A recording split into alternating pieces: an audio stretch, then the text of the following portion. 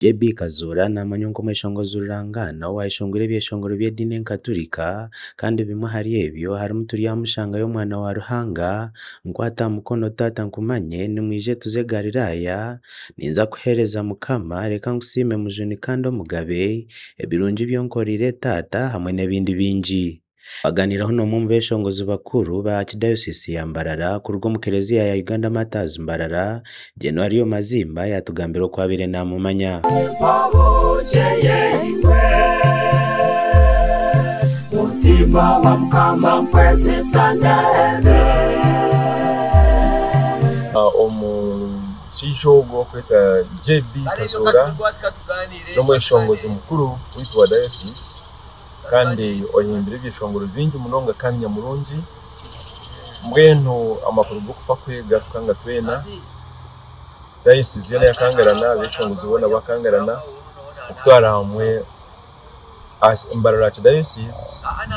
na za Archdiocese zindi nyingi ezayishongoriremo nitekateka ngo nazuza kwatwa munonga yagira ngo no muhababire bari empaji yo kweshongora umwitware rya Mbarara ngo kataho foundation plus foundation kweshongora kereko yatangiye nitekateka twakonzera kugamba abatangiye foundation kweshongora mu diocese tugamba nka hari ingenzi Benedicto Mubanzi tugamba umushira mukuru Monsignor Barugahare then atkazura nawe jatangira mwaho nubwo bandi bariho nkaba yumisho nabandi onkandi kazura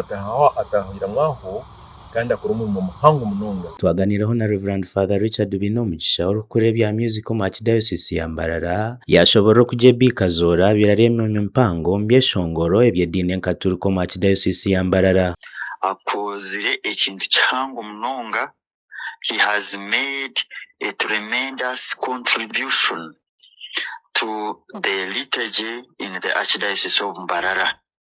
Ahimbire byeshongoro byinji munonga kandi biturukwejunisa omu kweshengereza kwitu abantu bakashikana na Ruhanga okukiraho. Mbwenu twaferwa Ekeleziya yaferwa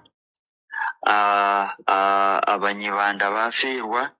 Amakuru nugoreka ngo harwakana rwe sande hwire akahura yashasha mukake nikwe kuzo mukaruraro kahihi kutunga obujanjabi ati akagaruko muka nikwe kurwo magara geseje rizoba. JB Kazura akagwitwa n'umukunda we birabirina byo kwa kana 2026 abwatayaruwe Steven Adolf Ereka nagenda hiro nabondejo narara nashishe byawe